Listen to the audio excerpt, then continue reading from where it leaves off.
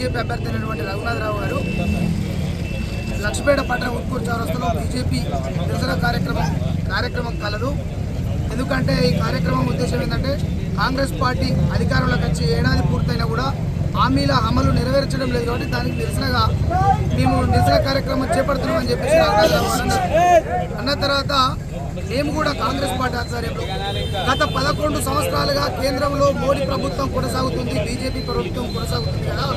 మీరు 100-200 హామీలు అనేక హామీలు ఇచ్చిండు, అందులో ఏ కొన్నైనా కూడా నెరవేర్చకుండా 11 సంవత్సరాల పాటు మీరు మోసం చేస్తున్నారు కదా.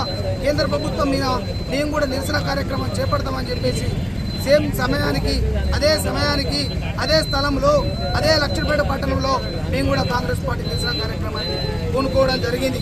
ఇలా రఘునాథరావు గారు కావచ్చు, వాళ్ళ అనుచరులు కావచ్చు, ఈ బీజేపీ నాయకులు కావచ్చు, సమాధానం చెప్పడానికి ఈ వేదిక దగ్గర మేము సిద్ధంగా ఉన్నాం.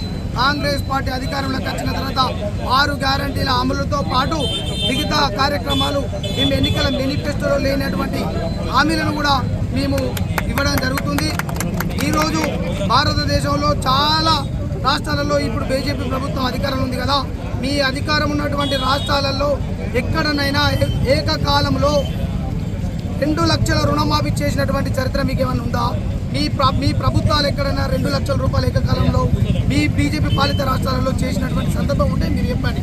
కానీ తెలంగాణ రాష్ట్రంలో ఏడాదిలోపు 2 లక్షల రూపాయల రుణమాఫీని రైతుల ఖాతాల్లో ఏకకాలంలో ఇచ్చిన చరిత్ర కాంగ్రెస్ పార్టీ అని చెప్పి తెలియజేస్తున్నాం.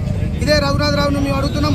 గతంలో టీఆర్ఎస్ పార్టీ ప్రభుత్వంలో ఉన్నప్పుడు రైతు రుణమాఫీ చేస్తాను మోసం చేసి విడుదల అనుకుంటా రైతులకు మడతలు పడ్డ కూడా విడుదల కాలే, రైతులకు రుణమాఫీ విడుదల కాలే.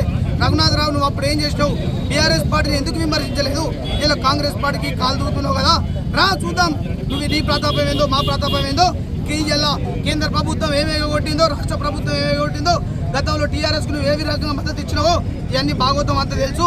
నిన్నటికి మొన్న కాంగ్రెస్ పార్టీలో గతంలో పనిచేసిన బీజేపీ నాయకులు, టీఆర్ఎస్ నాయకులు, కొంతమంది కాంగ్రెస్ పార్టీలకు వచ్చినటువంటి వాళ్ళతోటి నువ్వు జరుపుకునేటువంటి రహస్య మంతనాలు కూడా మాకు తెలుసు. ఈ భాగవతం అంతా బండారం అంతా బయట పెట్టడానికి మేము సిద్ధంగా ఉన్నాం.